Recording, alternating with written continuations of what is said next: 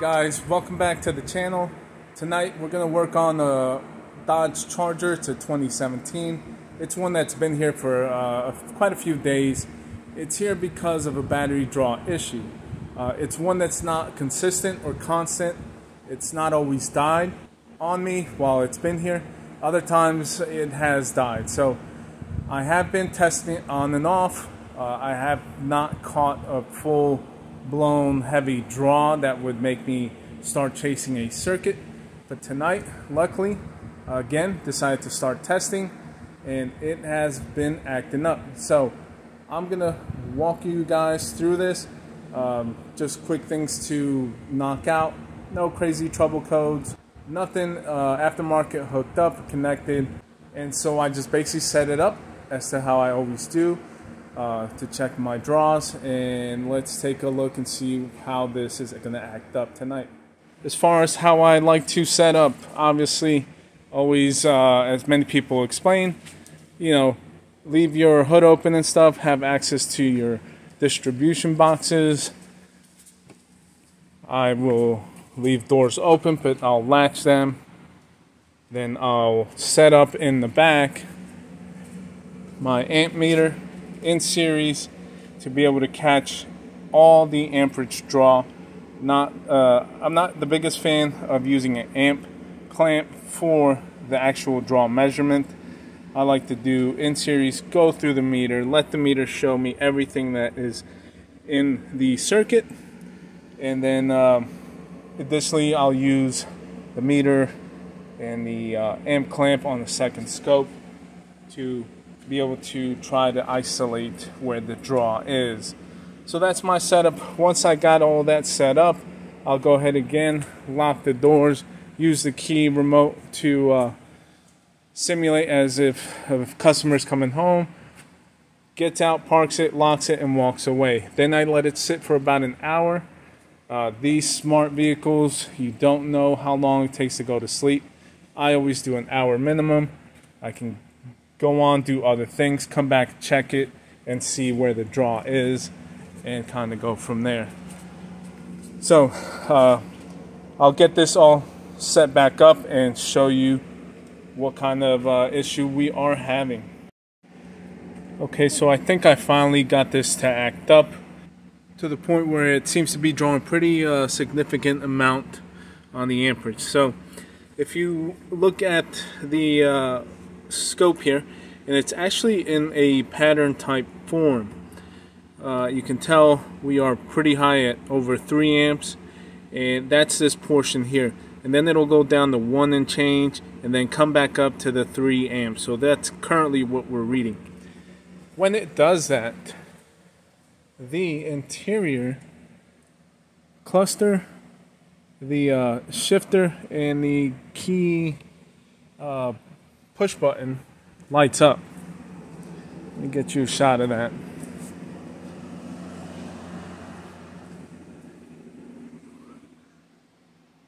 So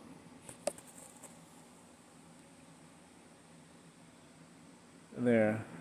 I don't want to stick the phone in there too far in. I'm not sure if these have an interior sensor, like a motion sensor, to wake up the car. So I don't want to do that, but I wanted to catch that here quickly before we continue. So it's in the, again, 3 and change. Now, whenever I find a draw in series, when I connect the amp meter, I then want to determine if it's in the front fuse box or rear. So then I'll check with an amp clamp to the distributions of the cable. Obviously here, this one's feeding the rear box, and I want to watch and see that the amperage is going in that direction, so then that way I can start looking at those fuses. So there it was at the, again, 3 and change, and now it's dropping here, and again it's dropping here. So this is the overall measurement through the battery, again, in series. Now I'm measuring towards which box, and it's going towards the rear. We've got the same pattern. So now we go and look at these fuses to see where there is voltage on the which circuit. So I've already gone through these fuses and I have found that, let me get my lead, there's two fuses that have high draw. So this guy here, the first one to 20 amp, and then the last one in the same column, we'll call it, is 15 amp. And even at the 1.5 amps, it does show something on the meter. Obviously we're gonna, because we've got 1.5 amps. So I will try my best. Let's see if I can well, you guys would need to look at the meter.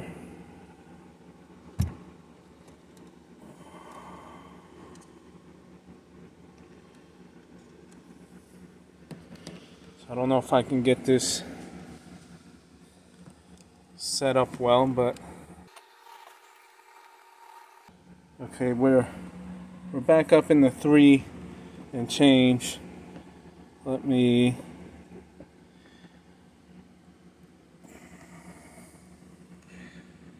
poke this first.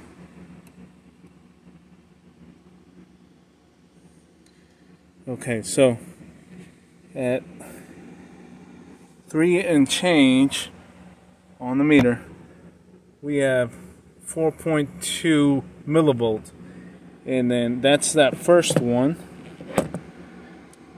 So now I'll go to the last one. Again, 4.5. So I've already checked all of them. Those two are the one that are having, let's call it activity, voltage, whatever, on that circuit. And if we look here on the diagram, so there's those 3 columns. It's the middle one, so it's fuse 31 and 38, which according to this, let's see, there, so 31 is supposedly a power seat, and 38 media hub console. Okay, so we got some digging to do. Let's pull up a wiring diagram, and I just wanted to show you that when that drops down from the 3, the cluster, shifter, and the push button turn off, but yet we do still have a decent amount of amperage draw. And quickly, just before I go look at the diagram, I was looking at this, making sure I identified correctly, and I misspoke. So and it was a little tricky. So this middle line, you see, after they all end the same, there's 2 extra, so it's 37, 38. I was thinking it was 38, but we actually have an empty slot there, so this one is actually 37. That is still 31. So we're going to look at 37, 31. 37 is still probably the same deal. It's listed as radio. Okay, so basically, because after looking at the diagram, the one that is fuse 31, it's listed as power seat. Basically, on the diagram, it goes to the seat switch, which this does have power seat. That's what the asterisk is for on the fuse labeling. So it basically goes to the switch, and I'm looking for anything because it also listed if it's equipped with memory, it'll have a memory module. Now, I'm not seeing anything on the door panel that I'm currently seeing, or on the seat, or kind of anywhere else that would list anything as far as memory. So being that I'm going to call that for right now kind of a quote-unquote dumb circuit, not one with a module that can create a pattern, I'm going to leave that fuse in, And yes, we know the radios on these they are basically considered a module, and I would believe can create a pattern. So based off of that, I'm gonna remove the 20 amp Fuse 37 and then simply watch for that to go away, and hopefully, because that is the problem, it some way somehow is waking up or having a feed on that power seat circuit, because it can be vice versa, that the seat circuit can wake up the radio and have that be drawing amps and making it look like it's faulty. I have had that in the past, but for right now I'm gonna go with the hopefully correct one first. But obviously this is the whole point of testing. We're gonna verify, see if this pattern or a draw goes away. Okay, so we are currently up high in the 3 and change amps, as we see there, and we'll pull this fuse. I'll keep you guys here.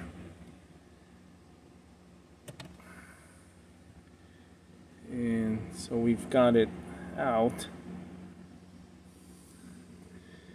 Now we're gonna monitor this, because remember, we were going in pattern. So maybe if it drops lower than that, which it already has, that's going to be a good sign, because it would never drop lower than that.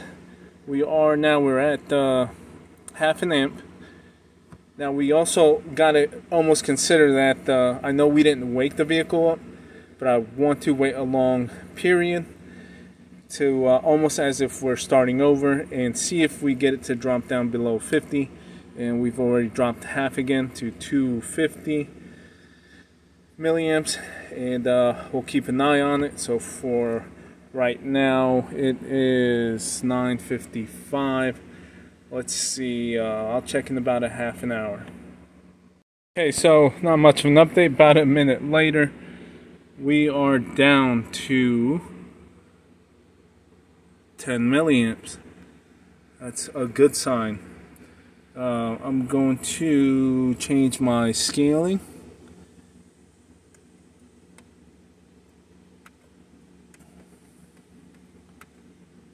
Down to 200, so we get a better picture there.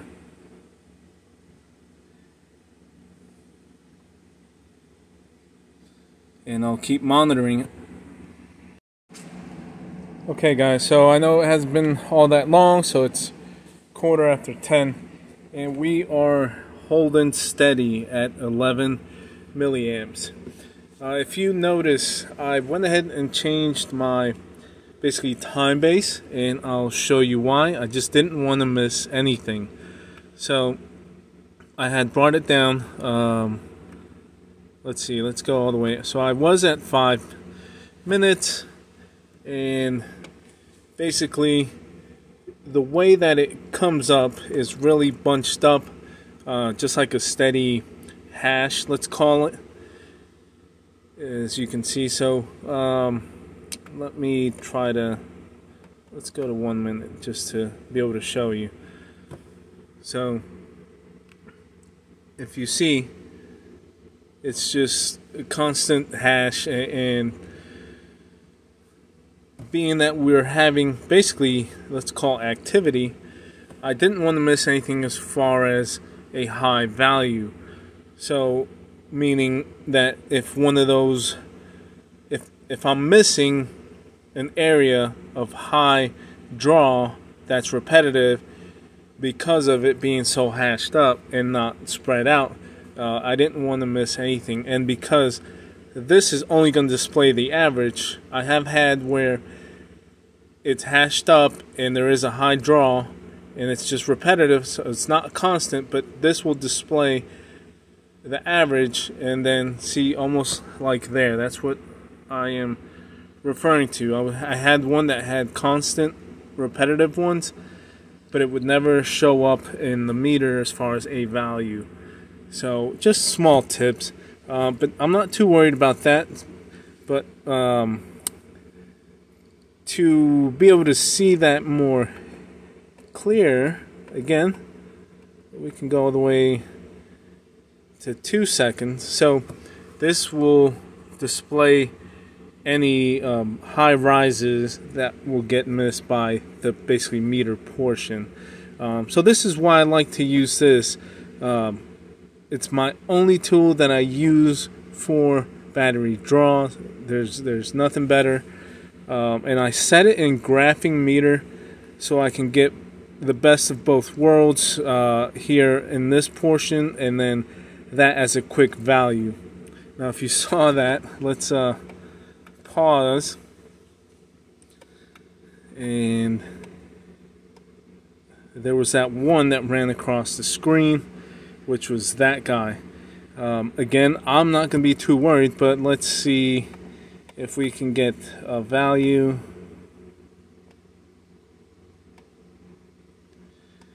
So there, that's what I'm referring to. This cursor 2 is in that portion. Look how high. It's basically 30 milliamps, which is a higher, way higher value than 11. But if you have it in that view where it's all bunched up, you're only going to get that and you'll miss that reading. So this is why I like to spread out the time once we get down to this nitty gritty, because you can have, say if this whole screen had 20 of those 30 milliamps and it's constant for say overnight or 2 days or whatever, that might cause a problem because it's more than the needed value. And again, if it's repetitive, you know it's going to be a module issue. So just some tips that I like to show. So I'm not too worried. Let's go back to the, yeah, don't need that. Let's play. So just, I've been leaving it constant. It has stayed steady that way. Nothing crazy, module repetitive wake-ups or draws. I would call this a accurate diag. We've pinpointed based off of everything, just gathering everything together. First with the in-series that we always use and set up, so you watch all the amperage, then isolating front to back, finding it goes to the back with the second scope on the clamp, and then finding it in the circuit of the fuse with the meter, and then using the identification chart to see what's on that circuit. Again, this one can be tricky. I have had in the past, like I said, where one circuit wakes up the other and it makes it look like there's more than one faulty thing. But just keep in mind, on these newer, smarter vehicles, one thing can wake up the other. So for now, we are going to go ahead and replace the radio. I will confess to you guys that the vehicle owner, this is a car lot, I'm assuming probably Googled something and brought me the car, and a day or two later, when I actually couldn't get this to act up constantly. It was steady at, actually it was around, I won't call it act up, it was steadily at 20 milliamps, but I did notice there was some wake ups within that 20, just like I explained, but still not enough to where I was able to make a call, but I still wasn't comfortable saying there wasn't a draw. But there was no activity like I found tonight. This car has been here about 2 weeks because it's not acted up to the point that it did tonight. So I guess luckily customer guessed right, but without being able to verify, like today, the one night it has acted up in the 2 weeks. And granted, I have not been testing all those nights in 2 weeks, but when I have tested the few times, it's not done what it's done tonight. I wasn't able to verify and make a call on the radio, and these radios are not cheap. But tonight we nailed it again. That's going to be a fix. We are pretty much done. We'll replace it, get it going, and that's all.